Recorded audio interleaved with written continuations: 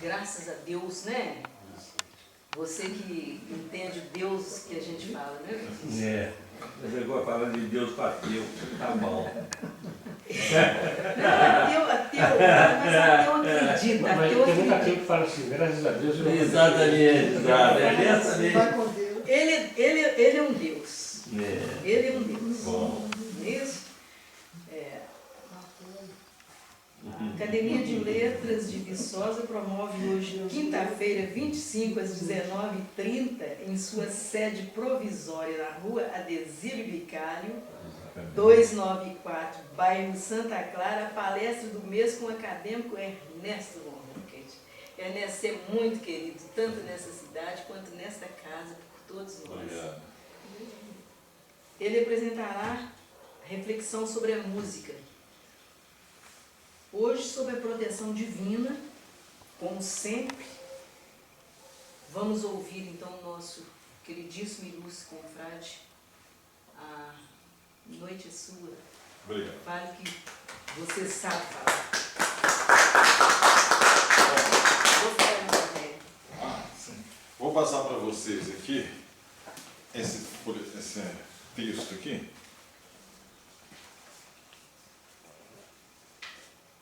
De livreto. Bom, nós vamos ter uma apresentação, uma ópera. Livreto. Você já está com o Gmail, né? Bom, o seguinte. O que está nesse livretinho aí foi um artigo que eu escrevi para a revista Glauques, do Departamento de Letras da UFV. Isso faz 10 anos, mais ou menos. E até eu já apresentei uma palestra aqui sobre esse artigo. Mas eu não vou propriamente hoje me seguir fiel, assim, esse artigo, mas vamos fazer uma coisa mais assim coloquial aqui, uma conversa sobre música. E vamos abordar o que está aí também, eu estou passando isso para vocês, para depois vocês lerem com calma em casa. Gente, quando se fala de música, a primeira coisa que nós temos que falar a respeito é de som. Porque, afinal de contas, a música é construída em cima de sons. Não é? Então, o que é o som? O som é uma vibração mecânica, uma onda mecânica. O que quer dizer que ela é uma onda? Primeiro vamos ver, é uma onda. Onda é uma perturbação que se propaga. Se você tiver uma perturbação localizada que não se propaga, não é um som. E se você tiver algo que se propaga imperturbavelmente, também não é som. Não é onda, melhor dizendo. Por exemplo, uma coisa que oscila, né? Um pêndulo, vai lá, vai para cá. Mas ele está sempre no mesmo lugar, oscilando naquele lugar. Então, isso você chama de uma oscilação. Ou, às vezes, de vibração. Oscilação e vibração é a mesma coisa, só que geralmente a gente usa o termo vibração quando ela é rapidinha e oscilação quando ela é demoradinha. Mas é a mesma coisa. Agora, se você tem algo que se mova, por exemplo, um automóvel, ele está movendo, aquilo não é uma onda.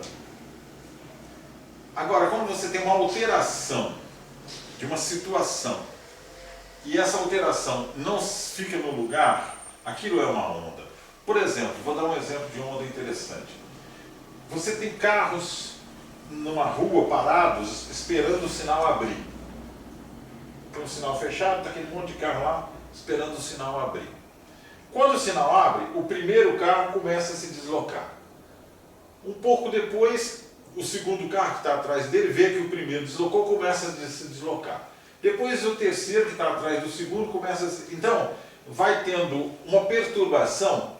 Que perturbação? A passagem do estado de repouso para o estado de movimento de cada carro, ele estava parado e passou a se mover. Então houve uma alteração da situação. E essa alteração foi se propagando cada vez para o carro que está atrás, para o carro que está atrás, para o carro que está atrás. Então isso é uma onda. A onda da propagação da perturbação, que é passar do repouso para o movimento. Então o som é uma onda. É uma onda, por exemplo, quando você tange uma corda de violão, o que acontece? A corda começa a oscilar, a corda não está oscilando. Se isso for no vácuo, por exemplo, o violão está no vácuo, não tem ar, só fica a corda oscilando lá. Mas havendo ar, estando presente ar em torno daquela corda, o que vai acontecer? A corda oscilando, ela empurra as moléculas do ar para lá, para cá, para lá, para cá. Então é mais ou menos igual o que aconteceu na fila de automóvel. A molécula que é empurrada, empurra a outra, que por sua vez empurra a outra, que por sua vez empurra a outra, que por sua vez empurra a outra. E aquilo vai comprimindo moléculas, que comprime a outra, que comprime a outra, até chegar no ouvido de alguém que esteja por ali. E lá dentro do seu ouvido você tem um sistema, que é o tímpano, que vai ser comprimido pelo ar, que foi comprimido pelo fato da corda do violão ter vibrado, e você tem um sistema lá de ossinhos e nervos, etc., que leva isso para o seu cérebro e você ouve o som da corda do violão. Então esse é o som. Som é esse tipo de coisa. Eu digo que é uma perturbação, uma onda mecânica, porque é movimento de átomos, movimento de corpos. Não é, por exemplo, como a luz. A luz não é uma onda mecânica. A luz também é uma onda, mas não é mecânica. Porque o que se move na luz não são átomos. São campos elétricos e magnéticos, que é outro tipo de coisa, mas não vou discutir. Muito bem, som é esse tipo de coisa. Para ver som, você tem que ter um meio material. Não há propagação. Você vê em filmes, por exemplo, de ficção científica, no espaço sideral, aquelas naves jogou uma bomba, pum, fez aquele barulho. Não faz barulho nenhum. No espaço sideral não se propaga o som. Não tem jeito de propagar o som sem ter um meio material. Então, está no vácuo, não se propaga. Bom, agora, quando é que o som é música? Então, já é uma outra situação. Há sons diferentes, por exemplo. Ó, esse aqui é pesado, vamos fazer esse aqui. Estão escutando o barulho? Isso é música? É um som, mas não é música. Não, aí pode ser em alguma certa circunstância. Quer dizer, o som vai ser música, ele vai preencher duas condições. Primeiro é o seguinte, ele vai ser harmônico. O que quer dizer um som harmônico? Aí já temos que vir numa matemáticazinha. Harmônico é o seguinte, toda vibração, né, quando você empurra o ar, ele comprime o próximo, mas depois aquelas moléculas voltam para o lugar. E aí você tem a oscilação, uma coisa que vai fazendo assim. Essa oscilação, ela vai ter um negócio que a gente chama de uma frequência. Essa frequência quer dizer quantas vezes por segundo vai oscilar. Vai oscilar 10 vezes por segundo, 20, 100, 1000, sei lá. Vai ter a frequência daquela oscilação. Quando você tem oscilações de frequências que são misturadas, que mantêm entre si uma relação que foi descoberta inclusive por Pitágoras há 600 anos antes de Cristo, por aí, ou 500 mais ou menos, quando essa oscilação ela tem frequências que estão numa razão de números inteiros pequenos, ou seja, um é o dobro, ou o triplo, ou a metade, ou um terço, ou até 5 vezes, mas não é assim. 1742, por exemplo, aí você tem o que a gente chama de ondas harmônicas, ondas que uma é o dobro da outra, uma é metade da outra, uma é o triplo da outra.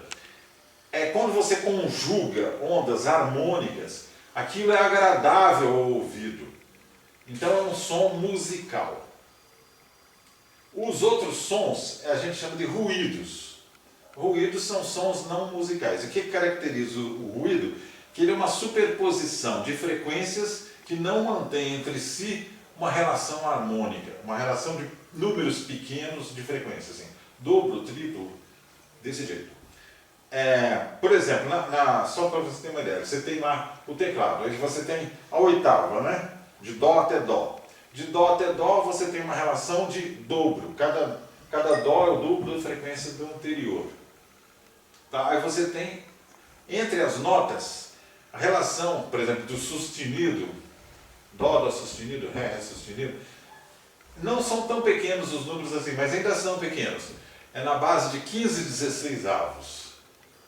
Né? Você tem o Dó, aí você multiplica por, no caso, para passar para o sustenido, é 16 15avos. E para passar para o bemol, é 15 16avos da frequência.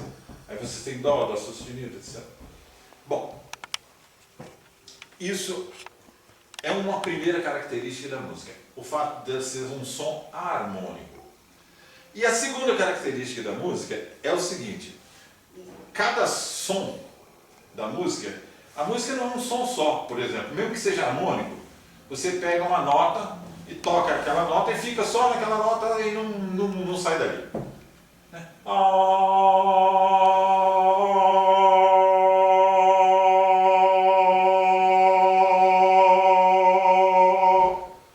Você chamaria isso de música?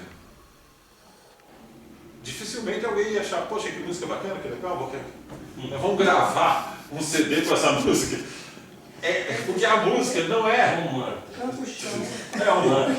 A música não é um único som. A música vai ser uma sequência de sons. Eu mudo, eu faço alterações. Quando eu faço essas alterações, eu tenho uma sequência de sons que vão chegando ao meu ouvido, um som, depois outro som, depois outro som, depois outro som, outro som. E essa sequência, aí que está. É um problema quase que... Eu vou falar sentado, tem problema? Não, é isso. É uma questão que a gente diria assim, uma questão que está na estética. O que é estética? Né? Estética é a parte da filosofia que trata da arte, do aspecto assim, de apreciação da beleza e coisa e tal. Então, na estética, você tem duas coisas assim. Algo seria arte ou não seria arte, por quê? Então a música seria arte ou não seria arte? Você tem, na estética, você tem a produção daquele bem, que seria um bem artístico, né? Por exemplo, uma música, mas pode ser uma pintura, pode ser outras coisas. E você tem a apreciação. Então a arte tem a ver com o que faz a arte, o que produz a arte e o que aprecia a arte, que vai contemplar aquela arte. Então, às vezes, um som, ou uma sequência de sons, pode ter sido produzida sem a intenção de ser arte, mas ela é captada pelo observador como uma coisa agradável, que ele gosta. Então, é arte. Por exemplo, um som da natureza, o vento fazendo barulho nas folhas, ou isso, olha que bonito, que música. Você fala assim, nossa, que música que o vento está fazendo ali. Não há uma intenção do vento em fazer música, logicamente. Não. Mas você, ao ouvir aquilo, você está ouvindo porque você considera que é agradável. Então, é uma música. Então, você teria assim, é música se você provoca a percepção estética agradável. Você gostou daquela sequência de sons, aquilo foi uma coisa que te agradou. Então aquilo é uma música para você. Mas normalmente o que nos interessa não é tanto a música no aspecto que é agradável de você ouvir. Mas para ser agradável de você ouvir, ela foi produzida intencionalmente para ser assim. Então, aí você tem o compositor e você vai ter também o executante. Na música você tem, às vezes, não é a mesma pessoa. Por exemplo, numa pintura, o cara pinta o quadro e você vê o quadro. Mas poderia, talvez, tirar uma foto do quadro e você vê a foto do quadro e não o quadro. Você teria também a sensação estética da beleza do quadro e gostou daquilo. E na música você tem uma coisa, a música não existe propriamente como música, a não ser no momento em que ela está sendo executada. Então, o compositor compõe uma música, põe lá na partitura, mas aquilo que está na partitura não é propriamente a música. Aquilo é um registro de como que a música deve ser para ser executada. Mas às vezes você fala, uma música, mostra a partitura, isso aqui é uma música. Não, isso aqui não é uma música. Isso aqui são instruções para você executar a música. Só vai ser música quando ela for executada. Então você tem duas personalidades importantíssimas no processo da música, que é quem faz a música, o compositor e o intérprete, aquele que executa, que faz o som sair para chegar no ouvido de alguém. Então o músico, quando você fala, esse cara é um músico, o que ele é? Ou ele é um compositor de música, ou ele é um intérprete, um executante. Tanto o executante de instrumentos, como o executante vocal, né? O cantor. O cantor é um músico e o instrumentista é um músico. Ele, o que ele faz? Ele produz o som que alguém vai apreciar como sendo música. Mas nem sempre aquele que produz o som é o que concebeu que era para ser produzido tal som assim assim. Esse que concebeu é o compositor. Então você tem a figura do compositor e você tem a figura do instrumentista e uma terceira figura que, é claro, se ela não existir, não existe música, é o ouvinte, né? Que vai... Agora, é interessante nesse contexto de fazer a música, que aí você às vezes pode, em certas circunstâncias, o compositor compor uma música que seja feita por sons que não sejam harmônicos, e mesmo assim você chamar aquilo de música. Tá? Hoje em dia existe uma vertente, inclusive na música clássica, de se usar, e no rock também, que eles chamam, como é que é? Rock, que tem som, assim, som de serra, som de betoneira, pá, pá, pá, pá, pá, pá. Aquilo faz parte da música. O cara concebeu que ia pôr aquele barulho para se fazer uma música com aquele barulho. E aí é a música. Mas só que nesse momento está havendo uma intenção deliberada de que aquele barulho seja feito num dado momento, que depois para, depois entra outra coisa. Então existe toda uma relação aí de intencionalidade. Não é assim. Quando você está escutando a serrar lá na oficina, o cara que está serrando não está com a intenção de fazer música. Tá entendendo? Então aquele é um ruído. Né? A betoneira, são ruídos. Porque, apesar de ele ser o mesmo ruído que o cara pôs numa música, na hora que ele pôs na música, ele pôs com a intenção de provocar uma sensação estética, de apreciação daquele negócio. E alguém pode, que legal. Né? Então é isso. Isso é música. Muito bem. Como surgiu esse tipo de coisa na humanidade? Então, nós temos uma situação seguinte. O ser humano primitivo, pré-histórico, ele já fazia música.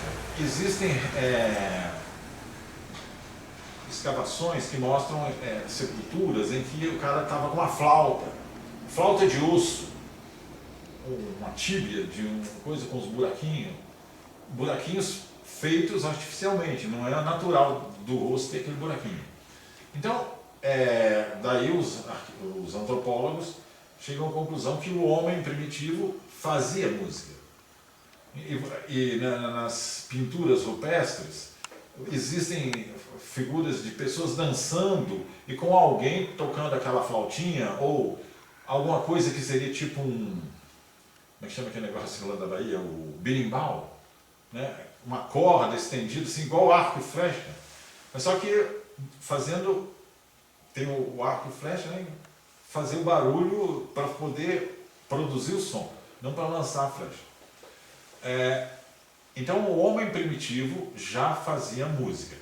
E de certo, antes de todos os instrumentos musicais, houve um instrumento que é o que ainda existe até hoje, que é o mais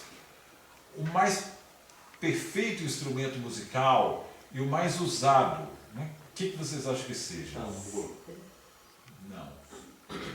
O mais primitivo instrumento musical. Voz. A voz humana. O canto é a forma mais antiga de produção de música, simplesmente o canto. E até hoje o canto ainda continua sendo uma das mais sofisticadas formas de se produzir música, sem um instrumento exterior. O instrumento está na própria pessoa, né? A sua garganta, etc, produz a música. Bom, mas o que a gente entende por música começou... você tem também naqueles pinturas lá do Egito Antigo, naquelas templos, dentro dos templos, tem pinturas na parede lá, com pessoas tocando os instrumentos mais antigos que se conhecem, além da flauta, que é o mais antigo que se conhece, é a flauta. Mas você tem também a lira que é um arco assim com algumas cordas e um ressoador, que chama uma caixa para ressoar, que você vê isso nas pinturas há 4.000 anos atrás, gente tocando lira. Na Grécia Antiga tem pinturas de pessoas tocando lira. E também o primitivo violão, que é o que eles chamavam de alaúde. É uma cabaça que é assim, com cordas. Isso tem em vários países. Na Índia tem aquele negócio que é o sitar. É um instrumento também, parece um violão, mas é próprio da música. E no Japão, na China, tem esses instrumentos. E a gente supõe que eles cantavam também, porque tem desenhos, né? Acontece que não haviam registros de sons, não havia como gravar os sons. Então nós não sabemos que música que eles tocavam, como é que era a música da Grécia Antiga, como era a música da Roma Antiga. A gente só tem notícia de como é que era alguma música que você pode saber, não, era isso que ele estava tocando. No momento em que passou-se a registrar, de alguma forma, o que estava sendo cantado ou o que estava sendo tocado. E isso começou na Europa na Idade Média, mais ou menos lá pelo ano 600 depois de Cristo, quando eles inventaram a pauta musical com os registros das notas. E como isso aí foi passando de geração em geração, de geração em geração, o que acontece? Hoje em dia você sabe fazer transliteração do que era naquela pauta daquele tempo para a pauta moderna e executar, ou cantar, ou tocar no piano, sei lá o quê, para ver que música é aquela que eles cantavam, né, no ano 600. Isso é o mais antigo que se tem notícia. Tá? E você ficou durante praticamente 800 anos, do ano 600 até o ano 1400, mais ou menos, na Europa, isso ainda na Idade Média, com o mesmo padrão de música, que tinha dois gêneros. O que a gente chama de gênero musical? Gênero musical seria assim, por exemplo, ópera, sinfonia, música sacra, por exemplo, música popular, aí você tem samba, são gêneros, né? Samba, tango, sei lá o que, sei lá o que. O gênero que era oficial era a música litúrgica. Tanto é que essa música era chamada canto gregoriano, porque foi definido a igreja, o povo já fazia isso nas igrejas e coisa e tal, se cantava mas isso já existe. Música sacra é mais antiga. Desde o tempo ainda dos judeus, né, antes de Cristo, né, eles cantavam salmos no templo, coisa e tal. E tem figuras lá dos judeus cantando salmos e coisa e tal. Então o Papa Gregório IV, eu acho, se não me engano, chamado Gregório Magno, que é inclusive canonizado santo pela Igreja Católica, ele fez um decreto lá, pontifício, explicando como é que tinha que ser a música para ser cantada nas celebrações litúrgicas. E isso ficou sendo chamado de canto gregoriano.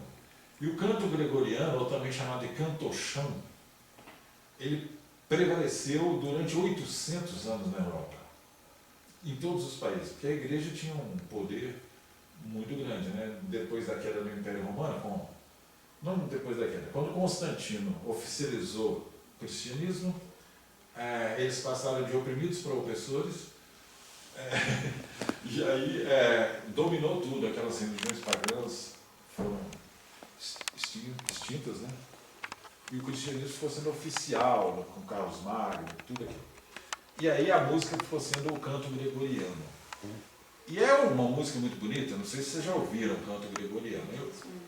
Eu não trouxe aqui, eu estava pensando, mas lá em casa está um problema sério, porque está fazendo obra, eles estão trocando o telhado lá e acabou outro dia, mas ainda não teve tempo e a gente teve que atulhar um monte de coisa assim.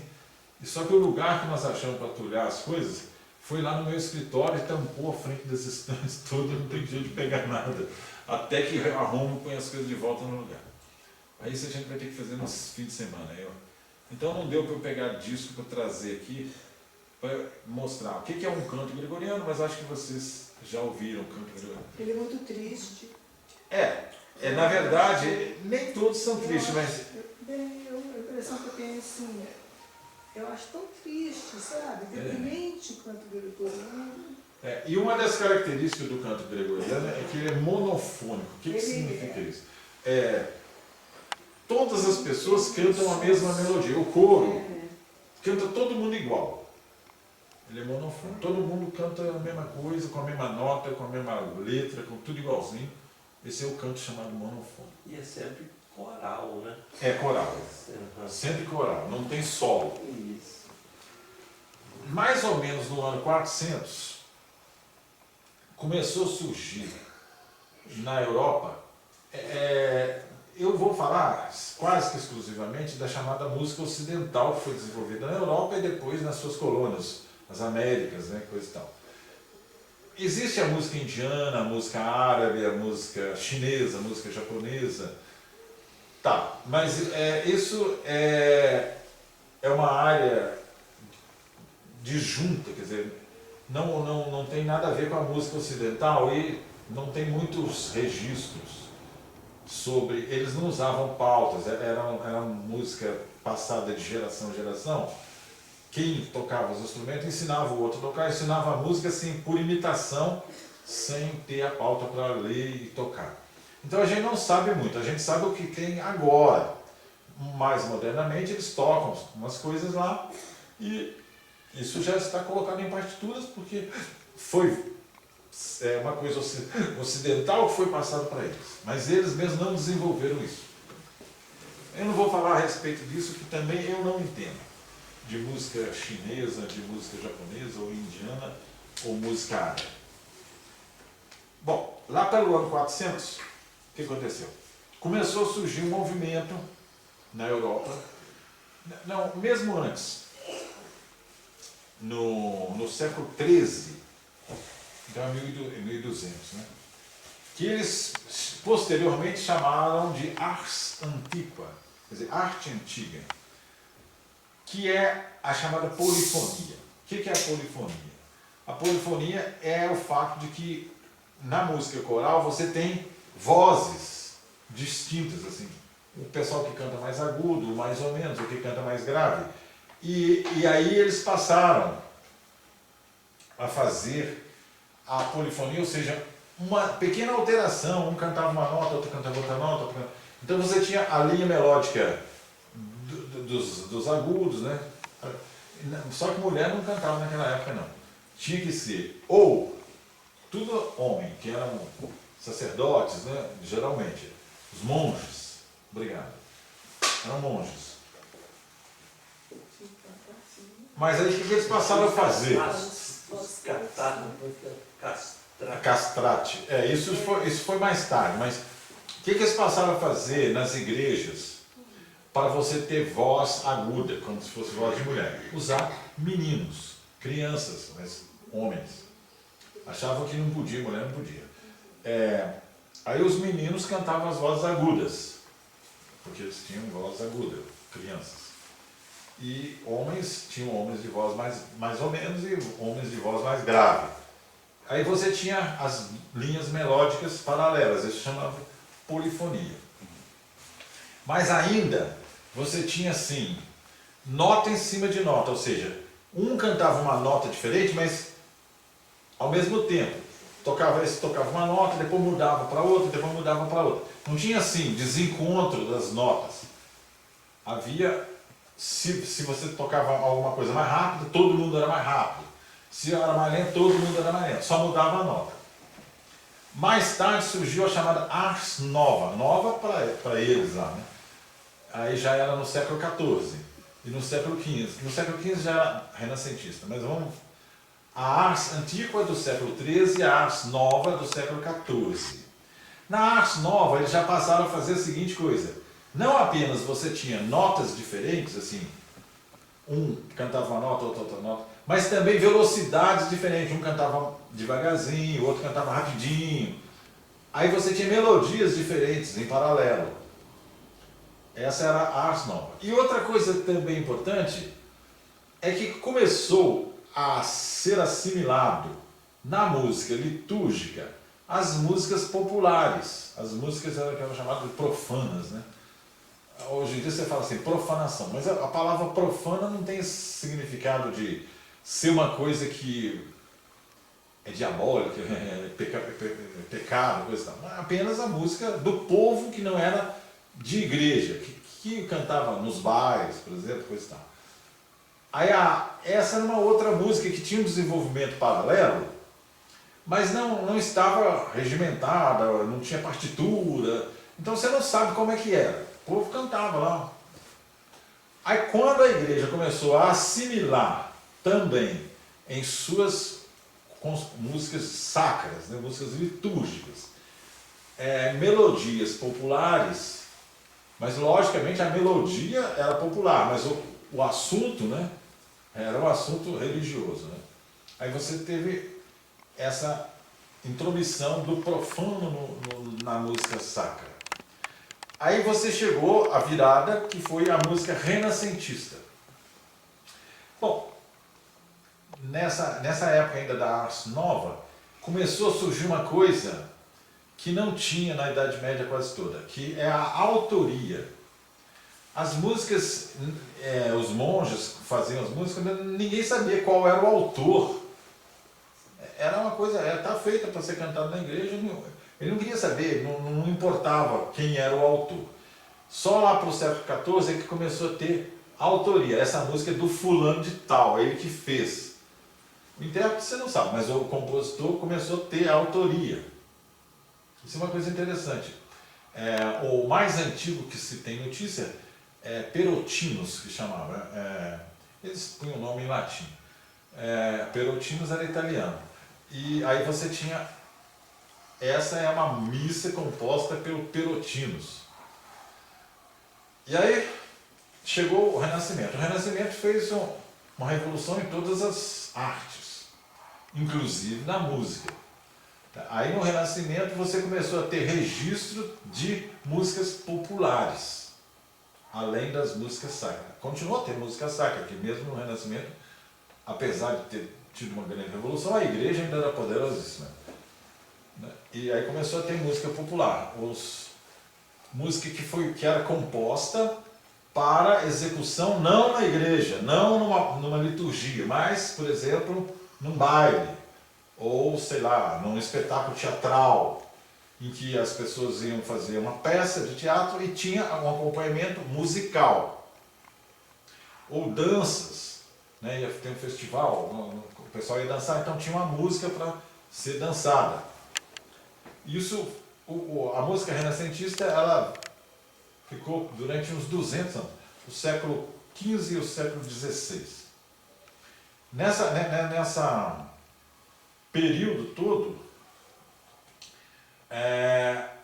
houve um marco muito importante, que foi aquele concílio, né? Como é que chama aquele concílio que, logo depois da Reforma Protestante, né? Trento. Concílio de Trento, eu estava esquecendo.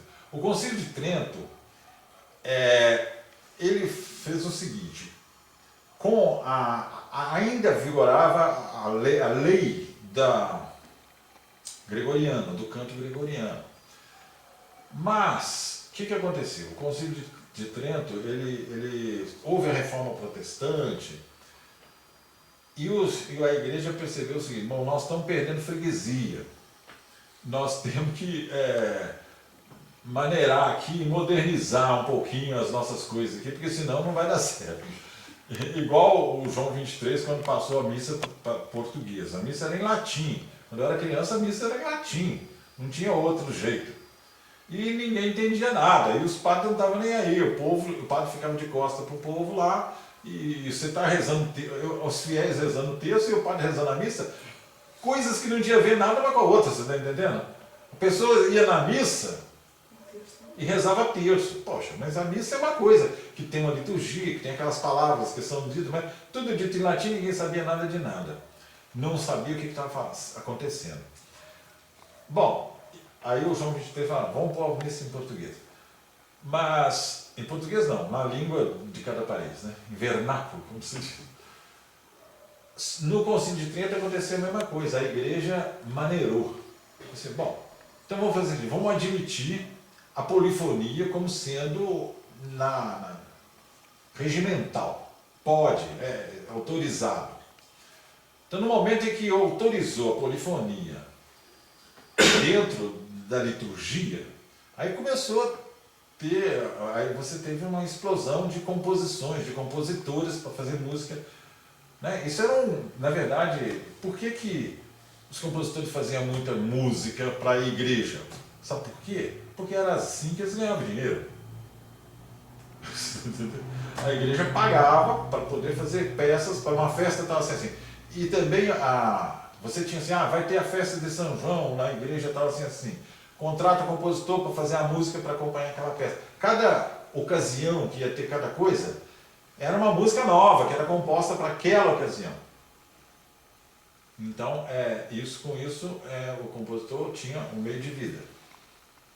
Aí você teve grandes compositores daquela época, né? O Palestrina, por exemplo, que é um dos mais famosos. E aí nós temos a seguir a virada para o que passou a ser chamado de barroco. O barroco é uma consequência da Contra-Reforma. Os jesuítas, tanto na arquitetura quanto na música. Aí surgiu a música barroca. Ela veio como uma reação ao Renascimento, porque o Renascimento teve um retorno ao classicismo na arquitetura e na pintura, por exemplo. Né? Eles começaram a pintar mulher pelada, por exemplo, e a igreja ficou com o pé atrás, que negócio é esse? Aí mandava tampar, coisa e tal. Mas na música também, o Renascimento ele tinha certos ideais clássicos, ideais de estrutura assim, muito rígida, né? Você imagina a arquitetura clássica, aqueles templos com aquelas colunas, triângulo. Então imagina isso na música.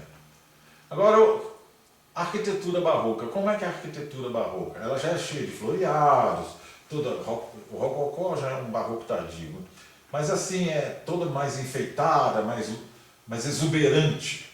Né? A arquitetura clássica, propriamente dita, ela é mais, né, rígida, assim, menos exuberante.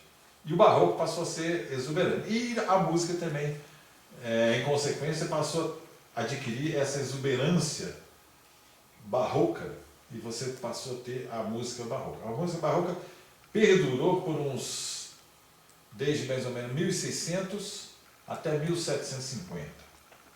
150 anos. O último barroco foi o Bach. Quando o Bach morreu, acabou a música barroca. Mesmo antes de Bach, já não se estava fazendo mais música barroca, mas considera-se que fim do Renascimento, mais ou menos por 1600 até 1750, perdurou, vigorou em toda a Europa a música chamada barroca. Uma das características da música barroca é o seguinte: ela tem um negócio que a gente chama de pedal ou baixo contínuo. É aquela marcação rítmica, que é o tum. Hoje em dia a música popular tem muito isso, né? Que tem bateria, você tem o tum-tum-tum, né? O pancadão. Pum, pum. Quando você ouve de longe, o pessoal está tocando música lá, você está longe, não ouve a música, mas você ouve o pum, pum, na música popular, hoje em dia. Mas o barroco tinha isso também, só que não era feito com os instrumentos que são feitos na música popular hoje. Mas você tinha, por exemplo, o cravo, que é um antecessor do piano, e você tinha o contrabaixo de cordas, aquele grandão, maior de todos, né? Que você tem que ficar em pé para poder tocar. Aí ele dava tum, tum, tum, tum, o acompanhamento que é chamado de pedal. É chamado de pedal porque o órgão ele tem um pedal. Já viram como é que é órgão? Órgão de igreja mesmo. Ele tem os teclados, pode ter 1, 2, 3, geralmente pelo menos tem 2.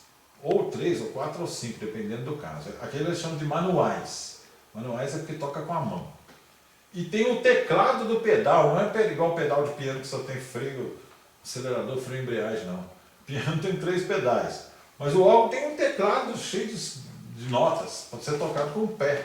Você toca com o pé lá. Aperta o pedal, é o dó, ré, mi, fá, sol, lá, no pé. Então o organista fica apertando o pé para lá e para cá, para tocar o pedal do órgão, que é aquela música, aquelas notas bem graves. Então o barroco tinha esse pedal, sempre tinha esse pedal. Outra coisa que o barroco incorporou a polifonia, né? E na polifonia barroca, eles introduziram um negócio que chama-se contraponto. O contraponto é assim, melodias independentes. Porque na polifonia, na realidade, você tinha uma melodia principal, que era a melodia que estava sendo cantada, ou que o coro cantava, a música, vamos dizer assim, que estava sendo cantada. E as outras vozes, elas faziam o acompanhamento. Podia ser o acompanhamento floreado, alguma coisa desse tipo, ou algum outro acompanhamento, mas esse acompanhamento não se conflitava com a melodia principal, ele só ia adornando essa melodia principal. O contraponto é outra melodia independente, é 2 melodias paralelas. Você quer ver um caso de contraponto que eu acho lindo na música popular brasileira? É do Chico Buarque, naquela música que é assim, vem meu menino vadio. Vocês conhecem essa música? Não? Vem sem mentir pra você, vem, mas vem sem fantasia, que da noite pro dia você não vai... Aí a mulher canta, depois entra o homem, um instante de te ver, custou tanto sofrer, não vou me arrepender, só vim para te dizer... Aí a mulher continua cantando e o homem cantando, e são melodias diferentes, que são cantadas em paralelo. Isso é contraponto. Isso é contraponto, quer dizer, 2 melodias diferentes cantadas paralelamente. Como que é o nome dessa música? Eu esqueci o título dela. Menino Vadio, não, é Sem Fantasia. O nome é Sem Fantasia. Sem Fantasia. A Maria Bethânia gravou, e a Miúcha me parece também. Mas é uma música muito bonita, música popular, né? Mas que tem contraponto. E o contraponto é uma das características da música barroca. É a música contrapontística. Mas não é só o barroco que tem, mas o barroco é que especialmente você tem no barroco isso. São melodias distintas e paralelas. Não é meramente um acompanhamento. É outra melodia. Bom, o barroco durou 150 anos. Aí, no fim do período barroco, lá em meados do século XVIII, começou a surgir. A arte é sempre assim, você tem um movimento, na literatura é a mesma coisa. Você tem uma escola que perdura por um certo tempo, e quando ela já está muito tempo do mesmo jeito, já começa a ter gente, não, vamos mudar esse negócio, porque esse negócio não está bacana assim não. Alguns, por exemplo, igual eu vejo na literatura, vocês têm o modernismo, né, que se opôs ao parnasianismo e aquela coisa toda. Mas isso, na época, as pessoas começavam a achar que, não, mas essa poesia parnasiana é uma porcaria, não presta, vamos fazer uma outra diferente. Agora que nós já estamos mais distantes, a gente vê que a parnasiana presta também. Não quer dizer que ela não presta.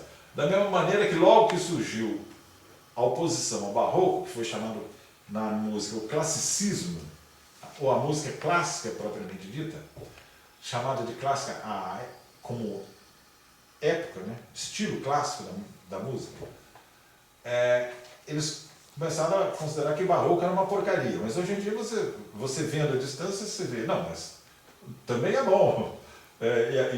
Mas o classicismo começou, porque o barroco tinha uma coisa, que ele era muito racional, muito matemático, vamos dizer assim. Os compositores barrocos, como Bach, por exemplo, eram extremamente lógicos, era uma música lógica, uma música que não tinha muita emoção. Tá? Uma música racional, porque o barroco coincidiu com a época do iluminismo, com a época do Luís XIV na França. Quer dizer, aquele negócio que você tinha o ideal de racionalidade. Então vamos pôr racionalidade na música. Aí começou a ter logo depois uma oposição em todas as artes. O romantismo, mas o clássico ainda não é o romantismo. A música clássica, acho que eu chamar de música clássica, ela começou com os filhos de Bach. Bach teve 4 filhos músicos, e os 4 filhos eram antagônicos ao pai, em termos de música, né? Não sei se familiarmente eram, mas em termos de música... Gonzaguinho, Gonzagão. Hein? Gonzaguinho, Gonzagão. Bom, e depois, o que caracteriza essa música clássica? Essa música clássica, ela tem, você ouvindo a música clássica, você parece, não, essa música é frívola. É uma música assim, galante, uma música leve, é uma música... É a música de Mozart, é a música de Haydn, a música dos filhos de Bach, é aquela música que você vê, aquelas festas, aquele pessoal de cabeleira empoada, né? Aquelas cabeleiras com caixa assim, tudo branquinho, com aquelas roupas todas cheias de frufru, né? Dançando naqueles salões. Era a época clássica da música que veio em oposição ao barroco. Então ela tirou aquela rigidez contrapontística e a rigidez do acompanhamento, e ficou uma música mais fluida, assim, mais assim, que são, se você ouvir sinfonias de Haydn, sinfonias de Mozart, concertos de Mozart, você vê que a música é mais alegre, mais... Tanto na música, mesmo na música sacra. Né? Nós tivemos aqui no Brasil um grande expoente da música sacra no estilo de Haydn, que foi o José Maurício Nunes Garcia, não sei se você já ouviu falar, ainda no tempo da corte do Dom João VI, que fazia música aqui no Brasil. A barroco no Brasil nós tínhamos a época do Aleijadinho, né? Aqui em Minas Gerais, e tinha os compositores também, Joaquim José Américo Lobo de Mesquita, compôs muita música barroca. Em Minas Gerais você tinha vários compositores barrocos, na época do barroco aqui em Minas Gerais. Bom, aí você teve essa música, que é a música chamada clássica. Dentro, tem 2 conceitos de música clássica. Primeiro conceito, sim, música clássica é toda música que a gente chamaria de erudita, ou seja, a música que é produzida com uma certa refinamento, com uma certa técnica, com uma certa... Não é aquela música popular que todo mundo... De certa forma, ela era mais restrita à elite, né? À aristocracia, porque para você executar uma música clássica, você tinha que reunir vários executantes, um que toca violino, um que toca isso, um que toca aquilo. Não é um negócio barato de ser feito, dá despesa. Você tem que pagar os executantes, e são vários. Quando você vai levar hoje em dia mesmo, vou apresentar uma orquestra sinfônica aqui em Viçosa. É uma confusão desgraçada para você trazer aquele monte de instrumento, aquele monte de gente. É caro a beça. Sabe? E como não tinha gravação, né, você queria ouvir música clássica, tinha que comparecer os músicos para tocar. Então é uma coisa que o povo não assimilava porque tinha custo alto. Então era a elite, né, elite econômica, os ricos, né, em outras palavras, que iam poder ouvir música clássica, porque tinha que pagar para poder ouvir, e não era barato. Geralmente o que acontecia? Os nobres, né, os que tinham seus palácios e coisa e tal, eles davam espetáculos de música clássica, né, nos palácios, de uma maneira geral. Foi só na virada da música clássica para a música romântica, A música romântica começou praticamente, vamos dizer, no ano 1820, por aí. A música clássica foi de 1750 até 1820, mais ou menos. E daí começou a música romântica. Nessa virada, o grande virador, quem provocou essa virada, foi o Beethoven. Beethoven foi o último dos clássicos e o primeiro dos românticos. As músicas da última fase da vida de Beethoven já são românticas. E da primeira fase são clássicas, ao estilo de Mozart, ao estilo de Haydn, que são os clássicos por excelência. E Beethoven fez a transição. E nessa transição ele também teve um papel muito interessante em relação à música, que é o papel social. A música deixou de ser algo produzido por empregados de nobres, porque Haydn era músico da corte de não sei quem, o outro era músico da corte de não sei quem, ou do bispado de não sei quem. Eles eram empregados da aristocracia para poder fazer música de encomenda. E Beethoven, Mozart tinha começado isso, mas Beethoven é que realmente deu um basta nisso. Eu só faço o que eu quero, para quem eu quero, quando eu quero, e se quiser comprar, me compra, senão não compra. Está entendendo? Não fazia música por encomenda. Ele fazia a música que ele queria fazer. Não era por encomenda de ninguém. E aí começou também a ter os espetáculos de música para o povo e não para a nobreza ainda, nos teatros. Porque apareceu a ópera, eu esqueci de falar da ópera. A ópera surgiu na época barroca. Havia espetáculos teatrais.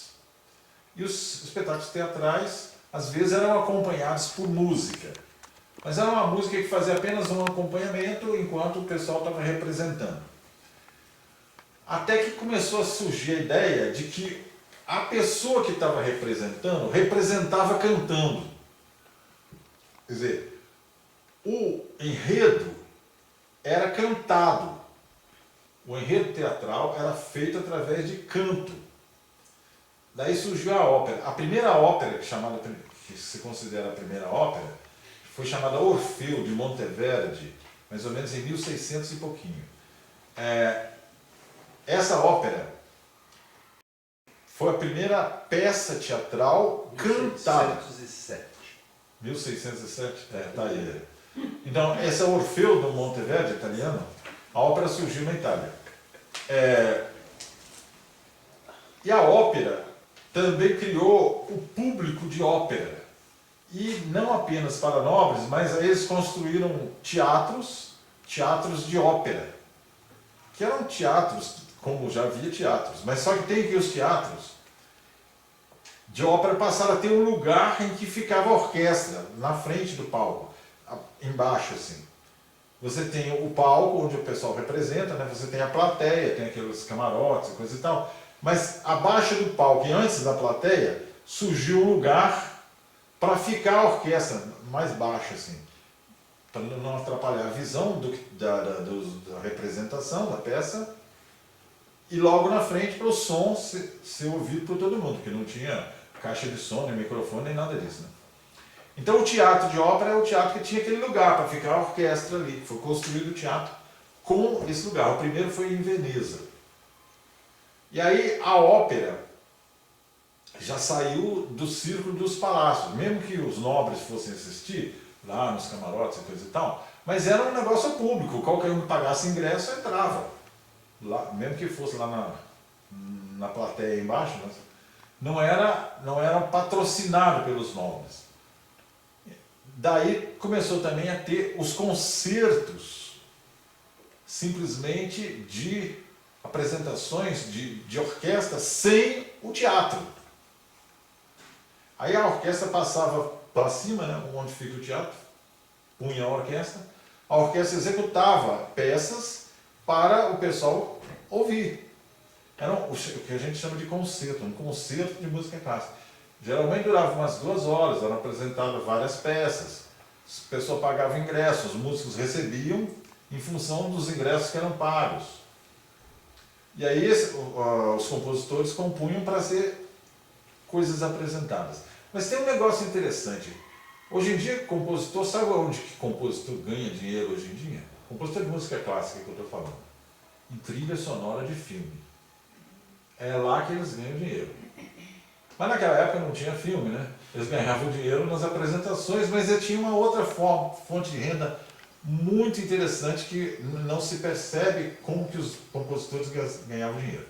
Toda vez que eles compunham uma sinfonia, por exemplo, ou um concerto que ia apresentar lá, eles também compunham uma versão facilitada para ser executada em piano nas casas das pessoas. Então a pessoa vendia a partitura, eles ganhavam dinheiro com a venda das partituras, facilitadas para piano. Então, o Beethoven compôs a sinfonia, mas ele compôs também a sinfonia, mesmo a sinfonia para piano, que era vendida, as pessoas tinham piano em casa, era chique ter piano em casa, as meninas eram prendadas, sabiam tocar piano, fazia parte dos dotes de uma moça prendada tocar piano. Marília sabe até Não hoje. sei, não.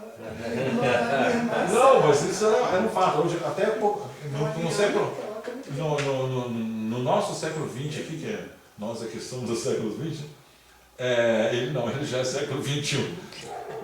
Apesar de ele ter nascido ainda no século XX, mas já é século XXI. Mas toda menina tinha que saber tocar piano, uma moça de família, que sabia tocar piano. E aí, vendia as partituras para serem tocadas nas casas. O problema é que elas namoravam com o professor. Dava um rolo danado. Então. Mas o fato é que essa era uma fonte de renda dos compositores, a venda das partituras facilitadas. Porque as partituras completas só iam ser executadas pela orquestra completa. E a orquestra completa não era um negócio tão comum, tinha tantas assim, né? Como tinha pessoas que tinham piano em casa. Bom, aí Beethoven fez a virada para o romantismo na música. O romantismo durou mais ou menos de 1810, 20 por aí, fim da vida de Beethoven. Beethoven morreu em 1828, se não me engano. As últimas peças que ele compôs já eram românticas, aí você vai ter Schubert, vai ter Schumann, vai ter Brahms, Chopin, Liszt, e aí começa o romantismo, que dura o século XIX todo, até o início do século XX, que aí você vai ter a música chamada música moderna. Moderna no início do século XX. Mas esse foi o período mais fecundo da música clássica. O século XIX foi a maior produção de música, a maior número de compositores e grandes peças do repertório até hoje das orquestras que são apresentadas. A maior parte das músicas apresentadas são do século XIX. São do período romântico. Você vai ter Tchaikovsky, que já está quase no século XX, morreu, né, entrando no século XX, e outros aí que compuseram concertos, sinfonias, um monte de coisa. E aí a música teve um grande desenvolvimento, porque é o século também, que eu diria assim, é o século da burguesia. Quer dizer, você teve a Revolução Francesa no final do século XVIII, e aí começou a aristocracia, vamos dizer assim, a perder o prestígio, a perder o poder econômico, inclusive. O poder econômico passou para a burguesia. Saiu da aristocracia e passou para a burguesia. Não era, porque os aristocratas, os nobres, na verdade, eram originários de senhores de terra, né? Os nobres na Idade Média, eram os barões, porque eles tinham aquela terra, aquele feudo, aquele negócio. Mesmo com o feudalismo, ainda tinham, os nobres eram senhores de terra. E com a Revolução Francesa e a Revolução Industrial, coisa e tal, quem que passou a ser os donos do dinheiro? Na Europa, né? E também nos Estados Unidos, coisa e tal. Os burgueses, os industriais, os grandes comerciantes, os mercadores e coisa e tal. E aí, o que mudou? Mudou também o gosto artístico, musical, o que eles apreciavam. Então o classicismo, que é aquele negócio daquelas salões da nobreza, né, com aquelas roupas e coisa e tal, a roupa deixou de ser daquele jeito, né, a roupa do século XIX já não é aquela roupa do século XVIII, cheia de frufru, cheia de coisa.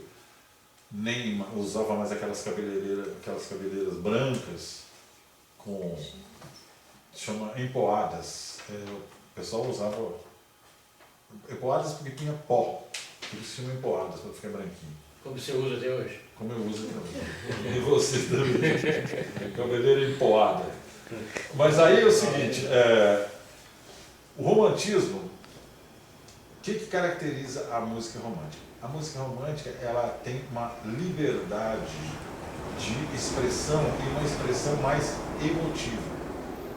A música clássica, ela rompeu com o barroco naquela rigidez, mas ela ainda tinha um certo formalismo. Tá? Apesar dela ser mais frívola, como eu disse, ela ainda tinha um certo formalismo. O romantismo já começa a romper com o formalismo, já considera que você pode fazer o que quiser na música. Então, você, na verdade, teve duas correntes no romantismo, que foram muito características e se digladiavam durante todo o século XIX. A corrente que era do Wagner e a corrente do Brahms. O Brahms seguia a tradição de Beethoven, né, de Bach. Brahms que eu chamo assim, a música ainda era romântica no espírito, mas era clássica na forma, a música de Brahms. E o seu seguidor, né, Dvorak, Mendelssohn, Schumann, são os românticos que a gente poderia chamar de românticos acadêmicos, que eram no espírito romântico, mas na forma ainda semelhante a Mozart, Haydn.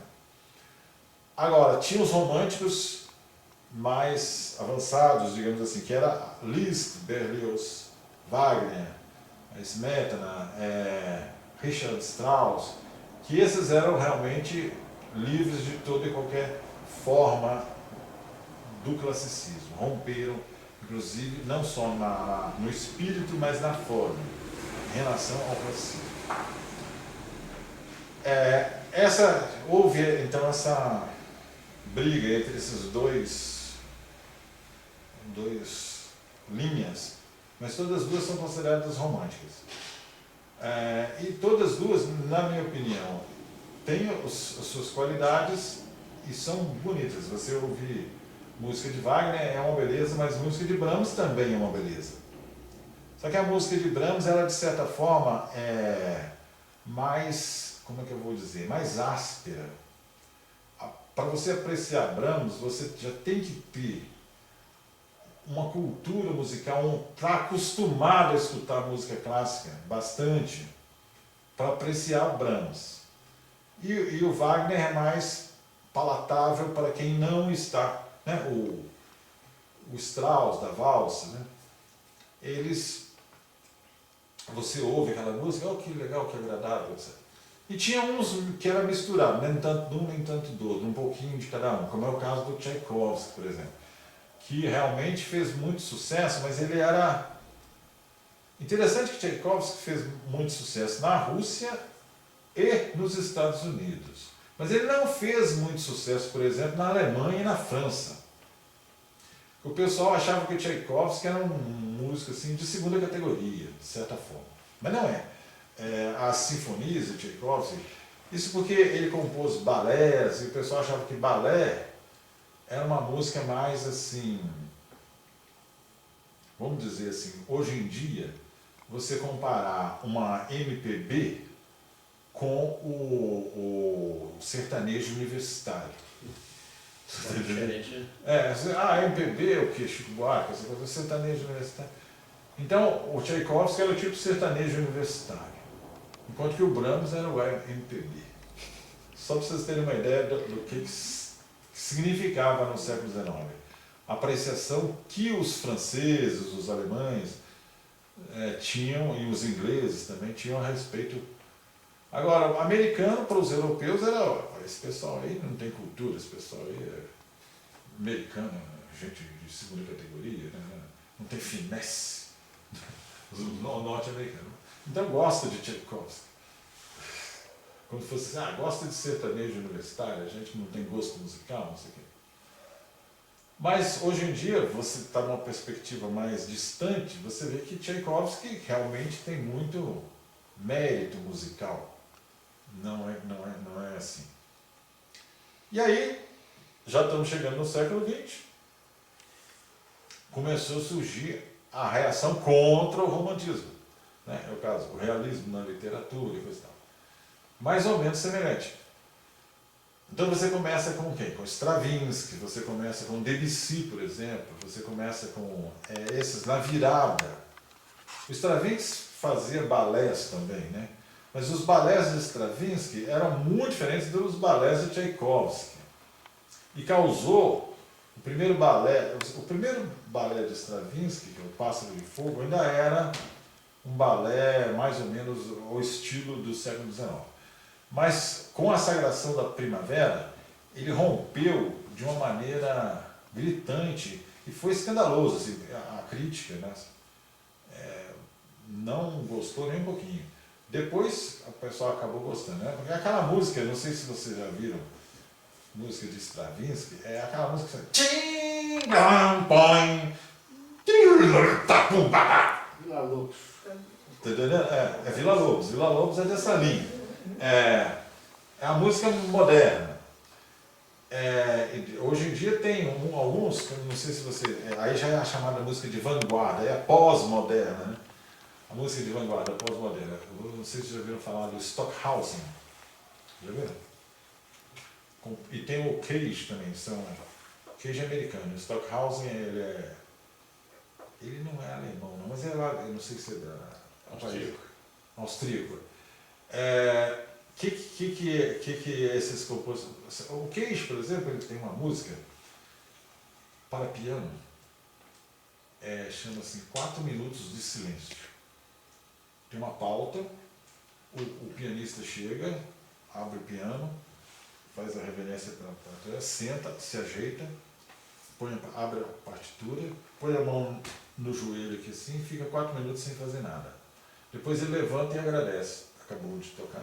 Mas ele passa as páginas, porque tem pausa, aí passa a página, pausa, passa a página, pausa. Não faz nada. Essa é doida, né? Essa aí é boa, até eu toco. É um negócio, digamos assim, de protesto. Né? Esse é interessante. Mas tem o Stockhausen tem essas músicas em que ele faz uso, esse negócio que eu falei no começo aí de barulho de serrote, essas coisas assim, e música eletrônica, música com sons gerados eletronicamente, né? São sons os mais variados, que não existe instrumento musical nenhum que reproduza aquele som. E o mais interessante é que a notação, que o Stockhausen inventou uma nova notação para a música, que não é a notação daquelas 5 linhas da pauta, ele põe nota, dó, ré, mi, fá. É uns rabiscos, um negócio completamente diferente. São instruções para o operador que vai mexer com o negocinho, liga aqui, faz aqui, passa o serrote, faz isso, faz aquilo. Então é outra coisa. Então, mas nessa virada da música romântica para a música chamada moderna, que é do começo do século XX, até 1950, mais ou menos, de 1900 até 1950, você tem um período que foi chamado de música moderna. O Vila Lobos está dentro desse período. E aqui no Brasil, a maioria dos compositores consagrados do Brasil são compositores modernistas. Né? Camargo Guarnieri, Lourenço Fernandes, todo mundo está dentro dessa faixa. Aí você tem, por exemplo, um muito famoso também, que é o Shostakovich, Prokofiev, são russos, ainda dentro já são russos soviéticos, digamos assim, não são propriamente, já são depois da Revolução. Quer dizer, eles nasceram antes, mas eles se fizeram músicos dentro do regime soviético. E o Shostakovich, ele teve grandes atritos no regime soviético, no tempo do Stalin. ele tinha um cara lá que era tipo um censor de música. E que dizia que música que poderia ser permitida, que estava de acordo com o socialismo, e coisa e tal, e coisa e tal. E aí o Shostakovich já tinha uma certa... Começou, no tempo do Lenin ainda não tinha esse negócio não. Mas aí ele tinha liberdade de fazer a música que ele quisesse fazer. Então ele começou a ter uma certa fama lá na Rússia, né, na União Soviética. Mas entrou o Stalin, aí com essa censura, eles começaram a criar casos, dizer que a música dele era burguesa, que não podia, que não era música socialista, não sei o que.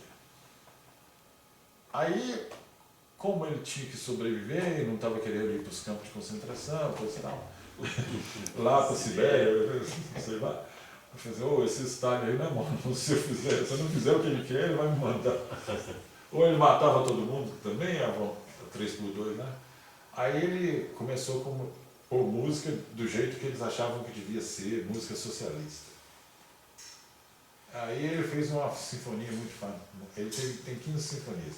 A sinfonia número 7, aí já foi no tempo da Segunda Guerra, e teve o chamado Circo de Leningrado.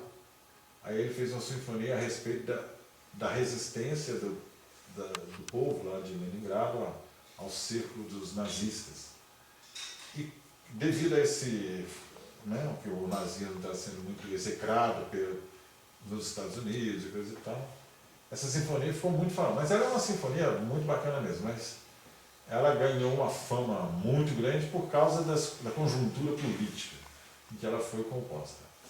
E aí o Shostakovich saiu a propaganda dele com uniforme do Exército Vermelho, não é o Exército Vermelho, aquele lá do tempo da Revolução, o Exército da Rússia, né, da União Soviética. Ele era bombeiro, ele se alistou, né, no Exército e era do Corpo de Bombeiros. Tem foto dele, foi divulgada no mundo inteiro, coisa e tal. Interessante essa coisa. Então, é que a música, logicamente, como toda manifestação artística, ela não consegue ficar dissociada da realidade política, dessas outras coisas, né? Então, apesar de que a arte em si, ela não é comprometida com alguma mensagem de outro cunho, a não ser artístico, né? Não ser estético, na verdade, ela acaba se misturando, quer dizer, ela acaba passando também mensagens que não são propriamente artísticas, mensagens ideológicas, mensagens religiosas, mensagens políticas, coisa e tal. Isso, a arte acaba, não tem como escapar do contexto em que está acontecendo a produção da obra de arte.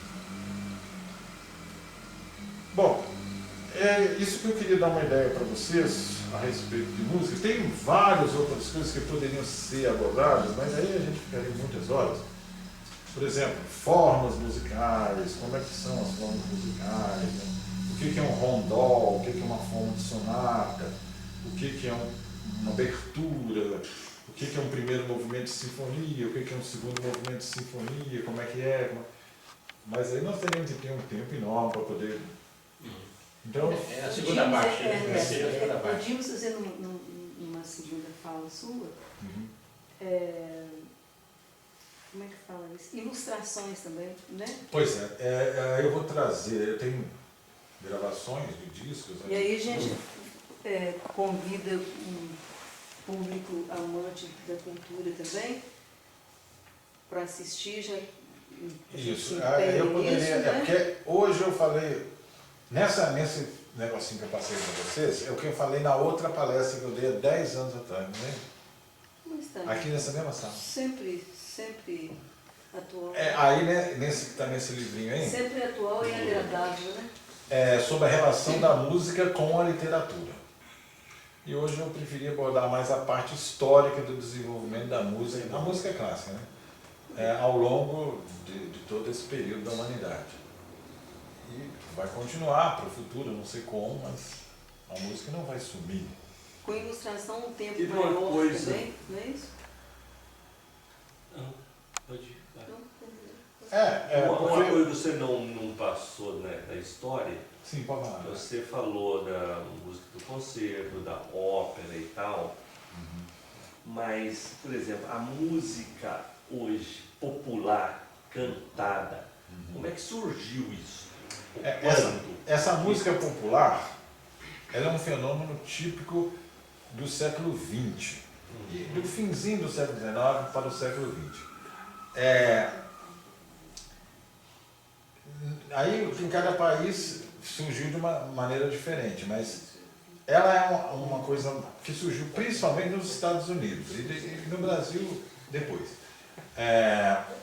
E ela surgiu como uma espécie assim, de reação à música clássica para o Zé Povão, vamos dizer assim. As pessoas que não tinham condições, mesmo tendo se democratizado, quer dizer, saiu da aristocracia ao público da música clássica no século XIX, já não era mais a aristocracia, mas a burguesia. Mas o proletariado estava de fora. Está de fora porque também não tinha dinheiro para... né? Porque os ingressos para os espetáculos eram razoavelmente caros. Mais caro do que hoje em dia você paga para assistir um filme. Digamos que seria algo da ordem aí, vamos dizer, R$50. Jogo do Flamengo. Um jogo... Tá. Mas o Sim. futebol é uma coisa que às vezes... Na verdade, hoje em dia, o Só pra dar futebol... comparação de preço. Mas o futebol, o Zé Povão mesmo não vai no estádio, Não, né? é caro demais. Não vai. O Zé Povão mesmo não vai. Só a classe média que consegue ter dinheiro para assistir futebol lá no campo. Mas também tinha isso. Os espetáculos, as apresentações de música clássica sempre foram um pouco caras. E o proletariado não tinha como pagar. Então eles começaram a desenvolver a música deles. Aí foi muito os negros nos Estados Unidos, começaram a fazer música para, inclusive nas igrejas deles, né? Porque naquela época, no século XIX, você tinha igreja de negro e igreja de branco, né? Lá nos Estados Unidos. Hoje em dia também tem de vez em algum lugar, mas já não é tanto assim. Mas aí começou a surgir essa música que era feita do povo para o povo. Aqui no Brasil surgiu mais ou menos a mesma coisa. Mas aqui no Brasil teve um outro aspecto que é o problema do carnaval, né? Que nos Estados Unidos não tem esse carnaval igual tem aqui no Brasil. Na Europa, por exemplo, na Itália, o pessoal no século XIX cantava as áreas da ópera, o Zé Povão cantava na rua. As óperas também era, de certa forma, o povo, algum ia assistir, começava a cantar. Então, por exemplo, a valsa. A valsa é uma música que ela, de certa forma, é clássica e, de certa forma, é popular. Então, na segunda metade do século XIX, em Viena principalmente, mas em Paris também, você tinha os bailes. Porque o povo naquela época não tinha cinema, não tinha televisão, não tinha internet, não tinha nada. Como que eles se divertiam? Ou dentro de casa mesmo, mas ou então tinha bailes, tinha... Dentro de casa mesmo. Fazendo propaganda da internet, igual a propaganda da internet lá do lado. Não, mas naquela época tinha um negócio de fazer visita, né? As pessoas iam mesmo quando eu era criança era muito comum fazer visita, ia com a minha mãe e meu pai, vamos fazer visita, ia um na casa do outro na casa do outro, e ficava conversando. Comendo, bebendo. Comendo, bebendo, conversando. Hoje em dia isso é mais raro. Biscoito, um café. Não tem muito disso, mas tinha muito. Mas tinha assim, você tinha bailes, você tinha peças de teatro, jantares, coisas assim. Não, mas eu estou falando para o povo mesmo, né? Pro povo.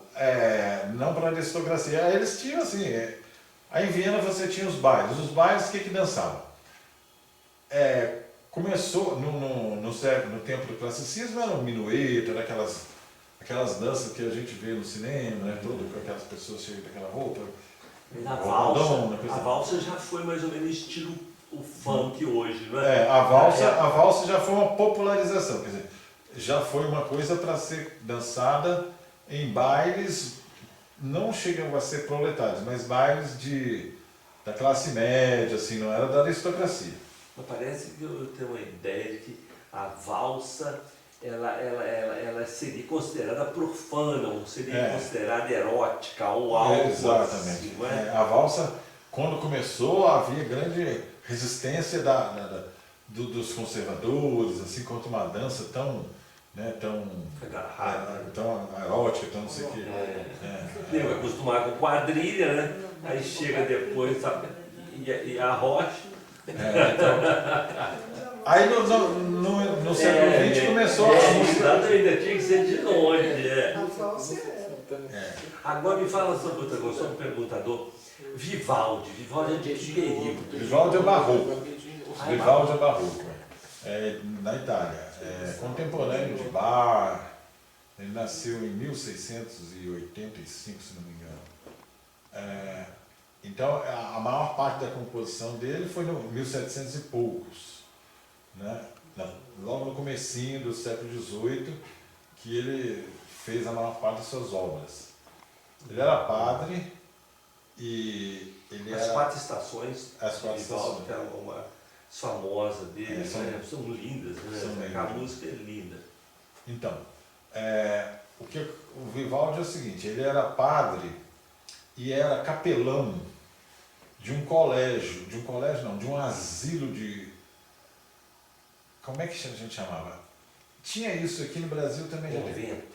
Não é um convento, é um asilo de moças que eles achavam que eram moças perdidas, assim, sabe? É mesmo? Tinha convento assim? Asilo. Elas Elas não eram freiras, eram abandonadas pela família, não sei o quê, para não cair na vida, como se diz, eram recolhidas nesses asilos.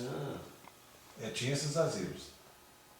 Aí, e também servia de pensionato, o menino ia estudar na outra cidade, aí tinha que ter alguém para tomar conta, né? Vigiar, dar dentro da linha. Mas era o Vivaldi. O Vivaldi era o capelão. Era o capelão desse asilo.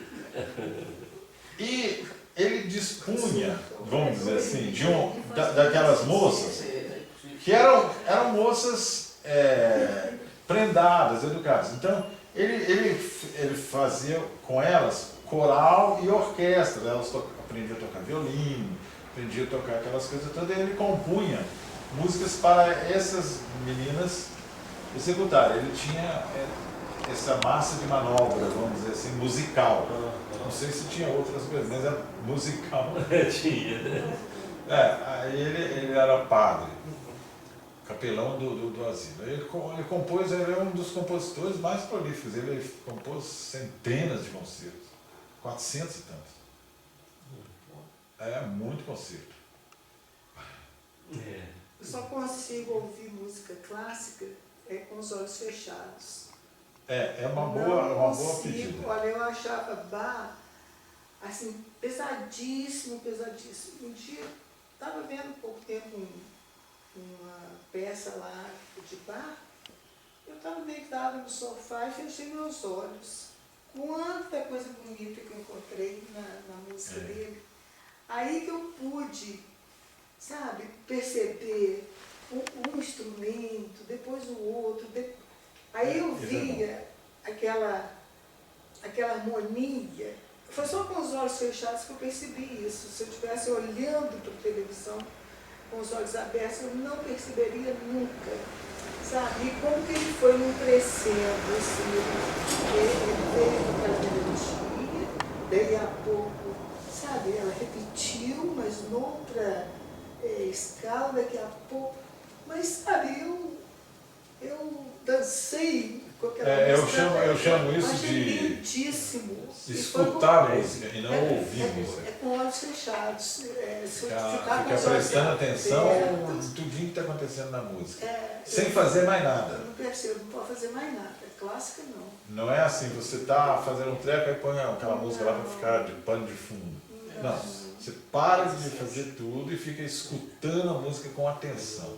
Aí é bom fechar um pouco. Não, mas foi fechado. Foi aí eu pude ouvir música. Se você não distrai. Eu ouvi com os olhos fechados. Deixa eu fazer uma outra pergunta. Pode fazer até. Eu ouço seus programas, ouço alguns dos seus programas. E aí gostaria de saber como é que você prepara cada programa desse. Primeiro eu escolho um tema. E o tema pode ser, por exemplo, um compositor, ou um estilo, ou um gênero, ou um país, algo assim. Hoje eu vou falar sobre música francesa do século XIX. Hoje eu vou fazer um programa sobre música de hoje. Hoje eu vou fazer um programa sobre música para piano, música romântica para piano, sei lá, eu escolho um tema. Aí, baseado nesse tema, primeiro eu faço uma seleção lá do acervo que eu tenho lá em casa, de CDs, e às vezes eu tenho alguma que está no computador, mas aí tem que passar para um pendrive para levar. Bom, aí faço a seleção do que vai, quais músicas que eu vou tocar. Aí eu vou procurar referências a respeito dessas músicas. Eu tenho livros de música clássica lá, que tem muita coisa. Eu tenho muito long play, por exemplo, eu ainda tenho todos que eu tinha, não me desfiz de nenhum. E os long plays muitas vezes tem aquela contracapa onde tem comentários a respeito da música. Então eu não passo long play porque a rádio não tem picape atualmente não tem mais. No começo tinha. Ou na própria capa do CD tem os comentários, ou então eu entro na internet e busco para poder fazer os comentários que eu faço a respeito. Aí eu vou buscar alguma coisa. E aí pronto, eu apresento. O nosso Arthur da Tábua. É mais ou menos como o Arthur da Tábua, só que o Arthur da Tábua era na televisão. Mas tinha um rádio também. Tinha no rádio. É desse jeito que eu faço. Tá. Essa que era... e isso não é fácil, né, de você... Para eu preparar, eu gasto mais tempo do que para apresentar. Claro, O trabalho de pesquisa é cansativo. Geralmente eu tenho que preparar assim, domingo para poder apresentar na quarta-feira. Porque domingo eu tenho mais tempo para poder. Às vezes eu acho uma coisa fácil, às vezes eu não acho. Se eu não acho nada a respeito, aí eu mudo. Porque, senão... Então fica meia hora de Ernest von Hucker em silêncio. Pois é. E, às vezes o negócio está também... Não acho em português. A Wikipédia tem muita coisa. Mas na Wikipédia você só acha coisa boa em inglês. Em português é bem pobrezinha de conteúdo. Aí eu pego em inglês, eu tenho que traduzir. Então já é um outro... Mais um trabalho. Mais um trabalhinho. Entendi. E às vezes também os CDs que eu tenho, muitos são importados. Então também os livretinhos, que ele vem com aquele livretinho, tá em inglês ou tá em outra língua. Inglês, francês, espanhol, italiano eu traduzo. Agora alemão, russo eu não traduzo. Alemão não? Não. Interessante, eu tenho sobrenome austríaco e no entanto eu não sei alemão. Porque na verdade meu pai é filho de austríaco, né?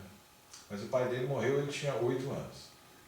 E a mãe dele não era austríaca, era portuguesa de Portugal. Então ele não aprendeu alemão em casa, né? Eu não sabia. Daí eu também não aprendi.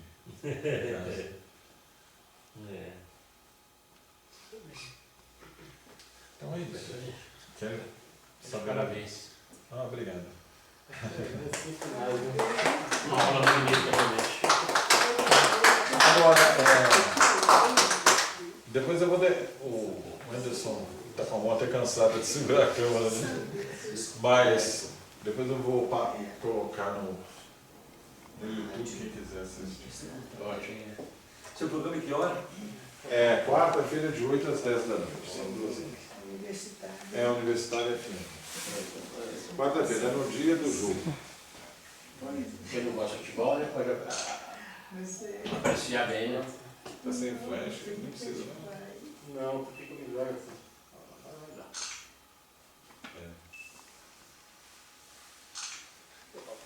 It's very ilustre, confrade. Foi uma honra pra gente Obrigado. ouvi-lo.